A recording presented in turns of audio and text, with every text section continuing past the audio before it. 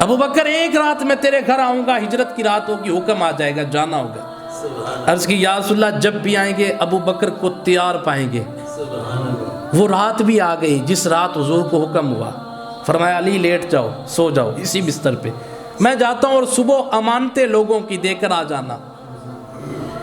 حضور علیہ السلام باہر نکلے تو کفار مکہ ننگی تلواریں لے کر کھڑے۔ حضور نے کنکر اٹھائے، سورہ یاسین کی تلاوت کی، پھونک ماری، ان کے اوپر پھینکی، اندھے ہو گئے، کچھ نظر نہیں آیا، حضور گزر گئے۔ ابو بکر صدیق کے دروازے پہ پہنچے، دستک دینے کے لیے ہاتھ بڑھایا تو دروازہ کھل گیا اور سامنے ابو بکر تیار کھڑے ہوئے تھے۔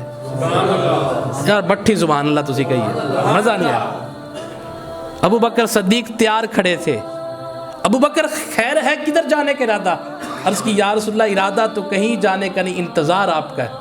کہا ابو بکر رات کے پچھلے پہر یہاں پہ کھڑے ہونے کا مقصد کیا؟ عرض کی میرے آقا، میرے نبی، میرے یار، میرے آقا، میرے کریم آقا، جس دن سے آپ نے کہا ہے ابو بکر ایک رات جانا ہے، یا رسول اللہ اس رات سے میں کبھی سویا ہی نہیں۔ آقا انتظار آپ کا ہے، میں سویا رہوں اور آپ دروازے پہ دستک دیتے رہیں؟ اور ابو قحافہ کے بیٹے کی اتنی جرت نہیں ہے یا رسول اللہ صلی اللہ علیہ وسلم۔